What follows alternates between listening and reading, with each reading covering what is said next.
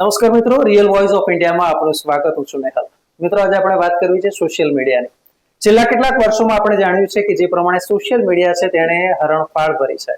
ઇન્ટરનેટનો ઉપયોગ વધ્યો છે. ત્યારે એક સમય હતો કે જ્યારે આપણે ડેસ્કટોપનો વધારે ઉપયોગ કરતા હતા, પણ હવે જો વાત કરવામાં આવે તો મોબાઈલમાં આપણે મોટાભાગે ઇન્ટરનેટની તમામ પ્રવૃત્તિ કરતા હોય છે.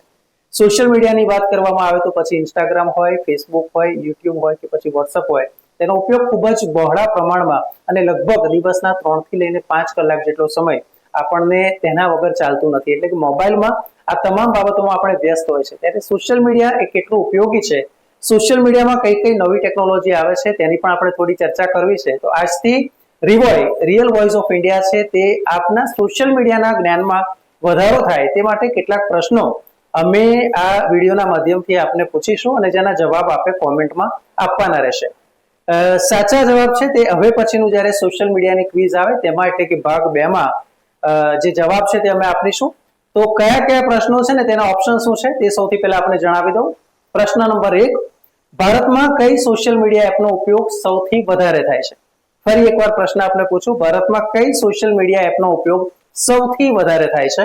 4 ઓપ્શન આપું છું. Option A Facebook, option B YouTube, option C Instagram અને ઓપ્શન ડી વોટ્સએપ.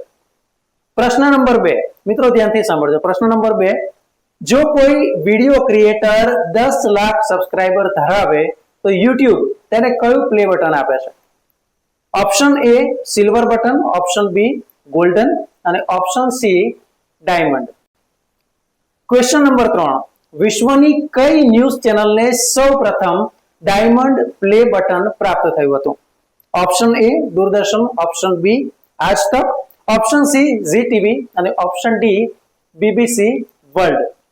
ક્વેશ્ચન 4, પ્રશ્ન નંબર 4, યુટ્યુબ ચેનલ મોનેટાઇઝ કરવા માટે ઓછામાં ઓછા કેટલા સબસ્ક્રાઇબર અને વોચ ટાઈમ જોઈએ? ઓપ્શન એ 100 સબસ્ક્રાઇબર 1000 કલાક, ઓપ્શન બી 500 સબસ્ક્રાઇબર 2000 કલાક, ઓપ્શન સી 1000 સબસ્ક્રાઇબર 4000 કલાક, ઓપ્શન ડી 1500 સબસ્ક્રાઇબર 5000 કલાક. અને પ્રશ્ન 5, છેલ્લો પ્રશ્ન. પ્રશ્ન 5 છે, ફેસબુકની સ્થાપના કયા વર્ષમાં થઈ હતી? ઓપ્શન વર્ષ 2004, ઓપ્શન બી વર્ષ 2014, ઓપ્શન સી વર્ષ 2018 અને ઓપ્શન ડી વર્ષ 2020. ન્યૂઝ, વ્યૂઝ અને એનાલિસિસ માટે આપ જોતા રહો રિયલ વોઇસ ઓફ ઇન્ડિયા. નમસ્કાર.